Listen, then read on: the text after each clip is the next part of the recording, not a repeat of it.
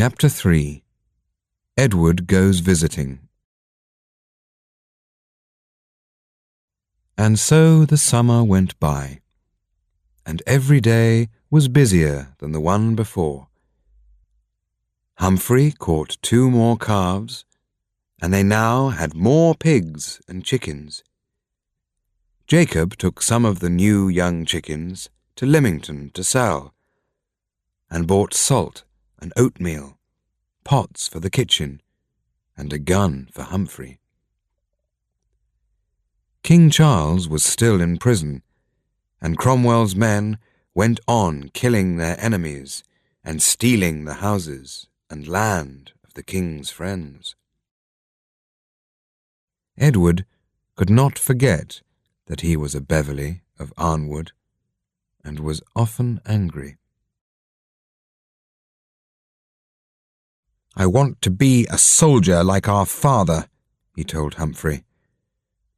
"I want to fight for the king and tell the world that my name is Beverley." "If you do that, Cromwell's men will put you in prison," Humphrey said. "I know how you feel, Edward, but for now you must stay here with us. What will happen to our sisters if you leave? I can't do all the work, and poor Jacob is getting old and tired." It was true. Jacob was nearly 76 years old, and no longer strong. That winter he was often ill, and could not leave the cottage. Edward did most of the hunting. He was now very good at it, and knew the forest well. Early in 1649, Humphrey told Jacob that he needed another dog. "Smoker is a hunting dog," he said. "I need a dog to help me with all the farm animals." "A puppy will learn most easily," said Jacob. "Oswald Partridge, a forester who lives on the other side of the forest, always has puppies, and he will give us one. But, Edward, you must go. I cannot ride that far. Tell Oswald that you are my grandson. He'll be a good friend to you. But remember, your name is Armitage." The next morning Edward rode White Billy across the forest. He was happy to go out into the world again, but he knew he must be careful. After 2 hours, he arrived at some cottages and knocked on the first door.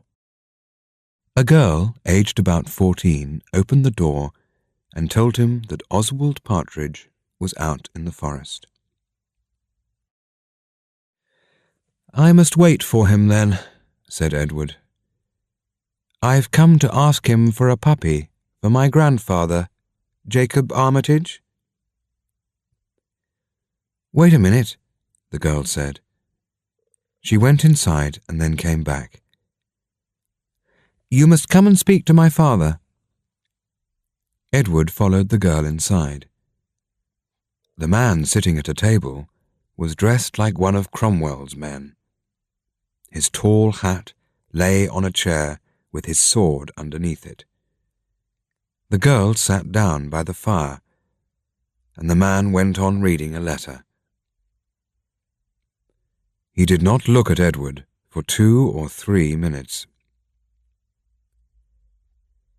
Edward felt angry. But he was just a poor, unimportant forester, he remembered. So he said nothing, and waited. "What's your business, young man?" the man said at last. "I came, sir, to see Oswald Partridge about a puppy for my grandfather, Jacob Armitage." Armitage. The man looked at some papers on the table. Yes, one of the foresters. Why hasn't he visited me? Why must he see you, sir? Because Cromwell has given the New Forest to me, to look after for Parliament. My name is Heatherstone, and all the foresters now work for me.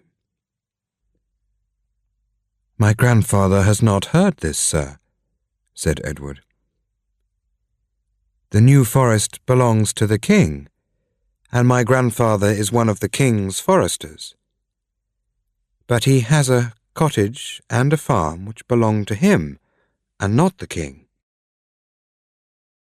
Yes, I know about Jacob Armitage, and I know that he was Colonel Beverley's friend. The colonel was a brave man, it's true, but he fought for the king, and so was an enemy of Parliament. Tell me, were you a friend of the Beverley family? When I was a child, I lived at Arnwood with the Beverley children. And where were you when the soldiers burned Arnwood? I was at my grandfather's cottage, replied Edward, his eyes wild with anger. I can understand why you feel angry about that. Mr. Heatherstone shook his head slowly. Those soldiers did a terrible, terrible thing, he said quietly. Then he looked up at Edward again. But you must understand, young man, that your grandfather can no longer work as a forester. I cannot give work to people who are friends of the king. The forest deer now belong to Cromwell, and if you shoot any deer, you will go to prison for it. Sir, Edward said quietly, the king himself is in prison, and so he cannot pay his foresters. If they kill the deer, it is because they must have food to eat. I am sure the king will understand that his people must live. Well, well, those are brave words, but you will still go to prison if we catch you. Now you can go to the kitchen and wait for Oswald. Mr. Heatherstone turned to his daughter. Patience, give Armitage something to eat. Edward went out and took White Billy to the stables behind the cottage. Then followed Patience to the kitchen. I came here for a puppy, he thought, and I have found a Roundhead who sends a Beverley of Arnwood to eat in the kitchen. But he is sorry about the burning of Arnwood, so I don't hate him. Patience put food on the table. Edward thanked her and sat down to eat. Patience smiled, and Edward saw that she was a beautiful girl. Later, he met Oswald Partridge and saw his dogs. Oswald was very surprised to see him. I never knew Jacob had a grandson, he said. I never knew he had a son. Are you on the king's side, like Jacob? To the death, replied Edward. When the time comes. Ah, then you can have one of my puppies, Oswald said. He told Edward a bit about Mr. Heatherstone. He's one of Cromwell's good friends, they say. But he's not a bad man. There are much worse than him. I've kept my job, but many haven't. We must all be careful these days." It was now late, so Edward stayed the night in a room above the stables. There was no bed and no door, and Edward could not sleep because he was so cold. Soon he got up and began to walk around outside to get warm. There was a light upstairs at one of the windows of the Heatherstones' cottage, which was strangely bright. Edward watched it.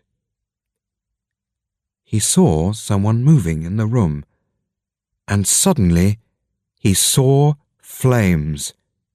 The room was burning. "Fire! Fire!" he shouted. He ran back to the stables and found a ladder. Then he quickly climbed up it to the window, broke the glass, and got into the room. There was smoke everywhere, and he fell over a body on the floor. Quickly, he lifted the body and moved back to the window. The flames were now running along the floor, getting higher and higher. With the body in his arms, he got out onto the ladder, but the flames caught his shirt, burning his arm. He climbed down and carried the body into the stables. There he saw that it was Patience Heatherstone. Edward ran outside again and saw that other people were coming with buckets of water.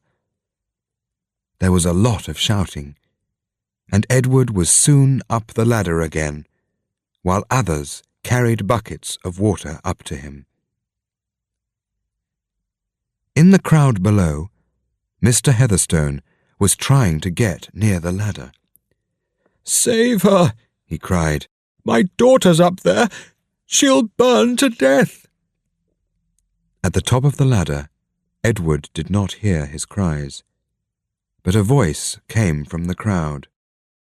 "There were 4 burned at Arnwood."